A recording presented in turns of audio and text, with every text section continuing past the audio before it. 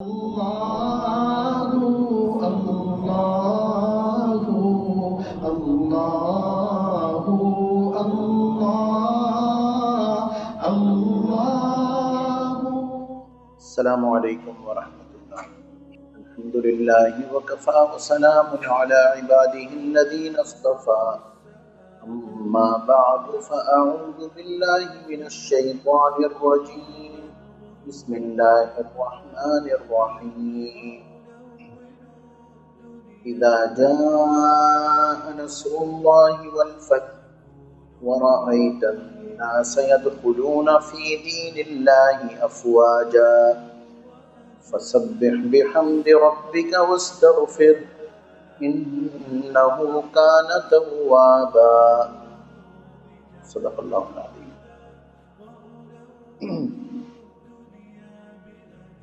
ایک حمد کے چند اشعار ہیں.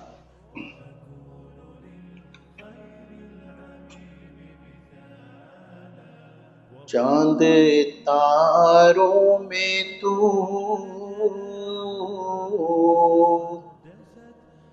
مرغزاروں میں تو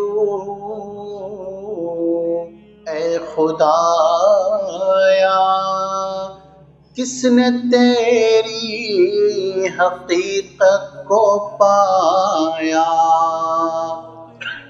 چاند تاروں میں تو مرغزاروں میں تو اے خدایا کس نے تیری حقیقت کو پایا. کس نے تیری حقیقت کو پایا.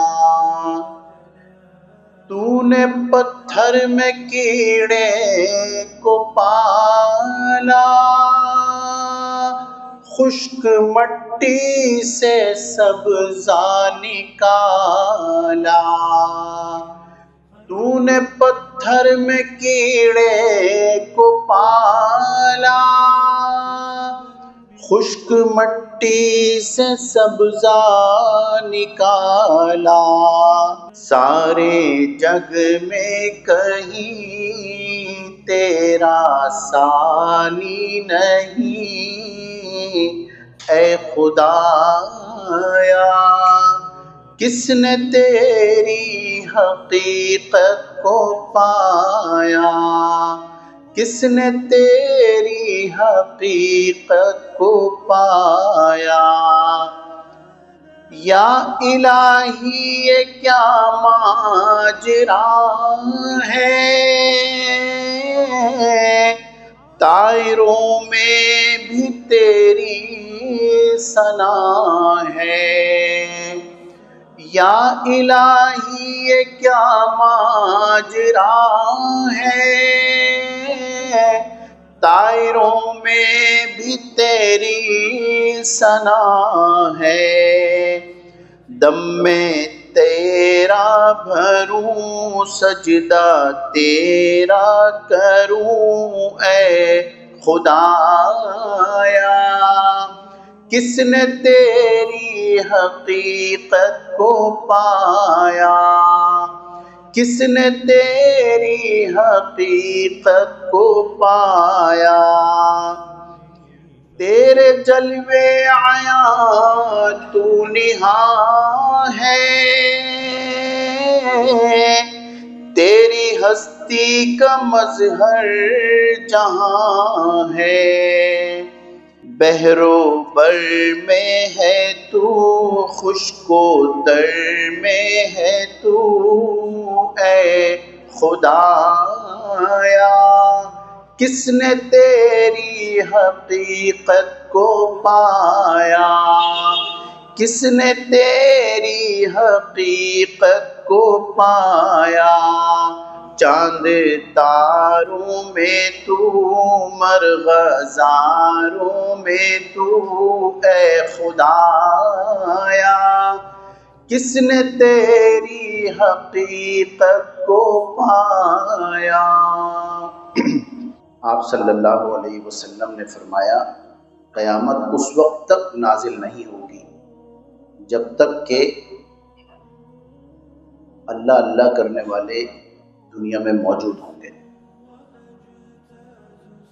یہ بات ہم سب جانتے بھی ہیں اکثر و بیشتر. اب اس میں گہرائی کتنی ہے. قیامت کا مطلب ہے ہولناکی، تباہی، پریشانی، آفت، کہ اللہ خود اس کا نقشہ کھینچتے ہوئے فرماتے ہیں کہ ماؤں کو اولاد سے زیادہ کوئی محبوب نہیں ہوتا، لیکن مائیں اپنے دودھ پلاتے ہوئے بچوں کو چھوڑ دیں گی. نفسا نفسی کا عالم ہوگا. یہ ہوگی قیامت جس میں کسی کو کسی کا ہوش نہیں ہوگا. اور یہ اس وقت تک یہ کیفیت نہیں نازل ہوگی جب تک کہ اس دنیا میں اللہ اللہ کرنے والے موجود ہوں گے.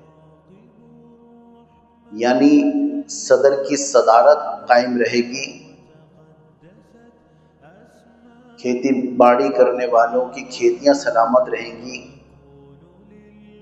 امیروں کی عمارت، اور جتنوں پر اللہ نے فضل فرمایا ہے کسی بھی حوالے سے، ان سب کا وہ فضل سلامت رہے گا. کب تک؟ جب تک کہ اللہ اللہ کرنے والے ہیں. تو میرے دوستو، اس سے میں یہ استدلال لیتا ہوں کہ قیامت تو بہت بڑی چیز ہوگی، بہت بڑی تباہی کا دن ہوگا.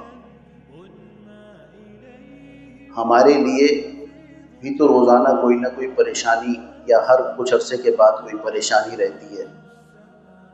جو مقروض ہیں وہ اس فکر میں رہتے ہیں کہ قرض ادا کرنا ہے، جو کرائے کے مکان میں ہیں وہ کرائے کی فکر کرتے ہیں، جن کو اللہ نے سواری دی ہے وہ اس میں پیٹرول ڈالنے کی فکر کرتے ہیں، گھر کے سودے کی فکرات، اولاد کی فکرات، اچھے مستقبل کی فکر، ان کی اچھی جگہ شادیوں کی فکر. خود اپنے گھر میں کتنی پریشانیاں ہیں. اس قیامت کا ذکر رسول اللہ صلی اللہ علیہ وسلم نے فرمایا کہ جب تک کوئی اللہ اللہ کرنے والا ہوگا وہ وقت نہیں آئے گا. تو میرے دوستو، اس کا مطلب یہ ہے کہ روزانہ جو ہم پہ پریشانی آتی ہے وہ پریشانی بھی اس وقت تک ہم سے دور رہے گی جب تک ہم اللہ اللہ کرتے رہیں گے. جب اللہ اللہ کرنا چھوڑ دیں گے تو پریشانی گھر کر لیں گی. اب بظاہر محسوس یہ ہوتا ہے کہ جو لوگ ایسی جگہوں پر رہتے ہیں جہاں آسودگی دیکھتے ہیں صبح و شام، جہاں خوشحالیاں دیکھتے ہیں، وہ ان کے حوالے بھی دیتے ہیں کہ یورپ میں تو کوئی پریشان نہیں ہے اور ترقی یافتہ ممالک میں تو کوئی پریشانی نہیں ہے. لیکن میرے دوستو، اگر ان کو جھانک کر دیکھیں تو پتہ چلے گا کتنی پریشانیاں ہیں. سب سے بڑی پریشانی انہیں یہ ہے کہ ان کے دل میں ایمان نہیں ہے. یہ کم پریشانی نہیں ہے.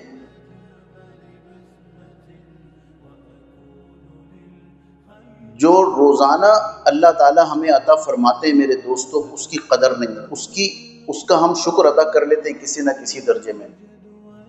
جو ابدی ہمیں اللہ نے نعمت اور دولت دی ہے اس کا ہم شکر ادا نہیں کرتے. جو ہمیشہ ہمیشگی کے لیے ہے اس کا شکر ادا نہیں کرتے. روزانہ سے مراد کیا ہے کہ کوئی چیز مل گئی تو چاہے اوپر سے کہا لیکن کہہ دیا اللہ کا شکر ہے، الحمدللہ. کیا حال ہے بھائی؟ اللہ کا شکر ہے. اور ذرا سا اگر ٹٹولیں تو پھر وہ بتاتے ہیں کہ اللہ کے ارے بڑی پریشانیاں ہیں. تو پہلے وہ جو لفظ تھا اللہ کا شکر ہے وہ کیا تھا؟ اس کا مطلب وہ ظاہری تھا، اندر سے نہیں نکلا تھا. اب جو حالات کی باتیں بتا رہے ہیں نا، اب یہ اندر سے باتیں نکل رہی ہیں کہ میں آپ کو کیا بتاؤں کتنی تنگی پریشانی ہے، کیسے وقت گزر رہا ہے، بس میں ہی جانتا ہوں. عورتیں کہہ رہی ہیں جس طرح میں گزارا کر رہی ہوں نا اپنے گھر میں، کوئی کر کے تو دکھائے ایسے گزارا.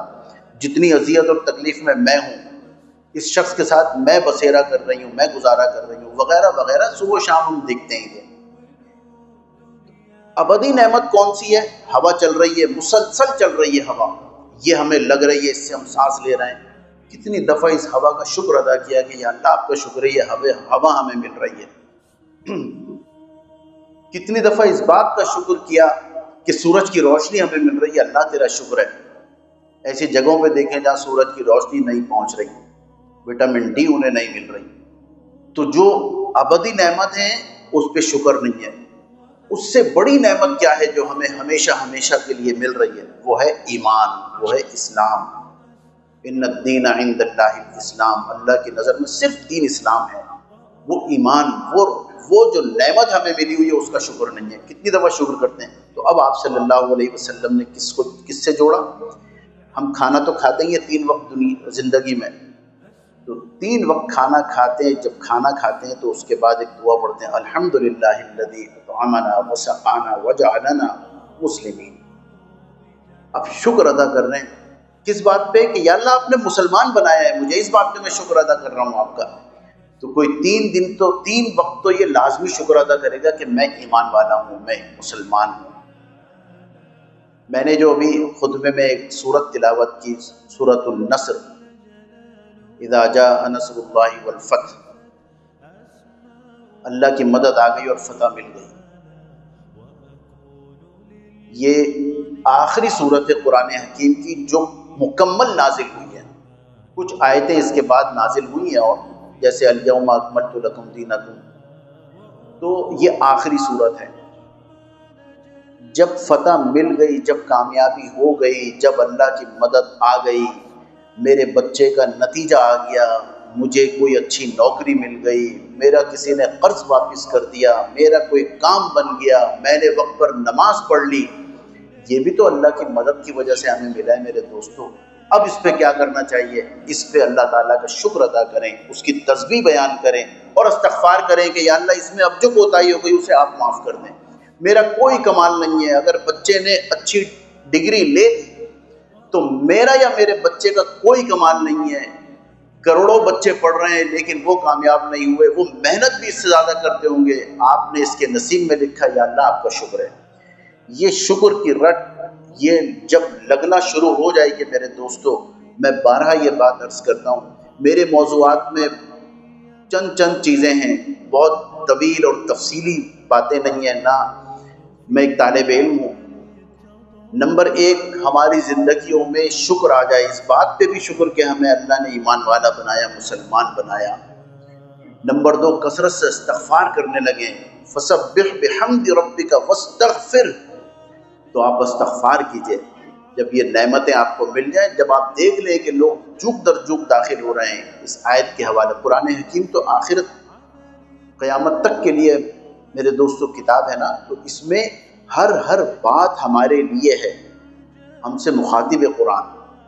کاش کہ ہمیں وہ فہم اللہ تعالیٰ عطا فرما دیں اور اس کی محنت اور کوشش بھی ہم شروع کر دیں۔ تو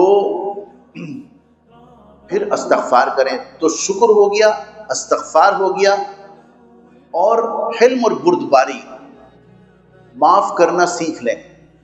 آج شروع کر دیں معاف کرنا، گھر میں جائیں کوئی بات نہیں، اس کی رٹ لگا دیں کہ کچھ ہو گیا، کوئی گاڑی لگ گئی، کوئی بات نہیں، تو لگنی تھی، اب تو لگ گئی، اب کیا ہو سکتا ہے۔ بس یہ جب طبیعت میں آ جائے گا نا میرے دوستو، تو آپ یقین کریں کہ آپ برداشت کریں گے، دوسرا آپ کو سمجھے گا کہ یہ بزدل ڈر گیا۔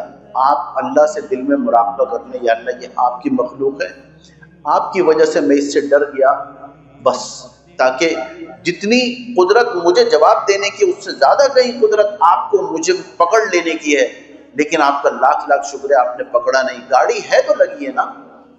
لوگ یہ سوچتے ہیں کہ ہم امتحان میں فیل ہو گئے، بھائی امتحان دیا ہے تو فیل ہوئے ہیں نا، اس موقع اس مقام پر پہنچے کہ یہ امتحان دیں، ایم ڈی کیٹ تک کے امتحان کے مقام پر پہنچے ہیں، ایم کیٹ کے امتحان کے مقام تک پہنچے ہیں، کوئی پی ایچ ڈی کر رہا ہے اس مقام تک پہنچا ہے تو وہ فیل ہوا ہے نا، کوئی بات نہیں، تو کیا ہوا، بس اپنی کوشش، محنت اور تعلق اللہ سے، یہ چیزیں جب قائم ہو جائیں گی میرے دوستو، تو انشاءاللہ تعالی کامیابی ہی کامیابی ہے، بظاہر چاہے ناکامی ہو لیکن دل میں اللہ سکینہ نازل فرما دیں گے۔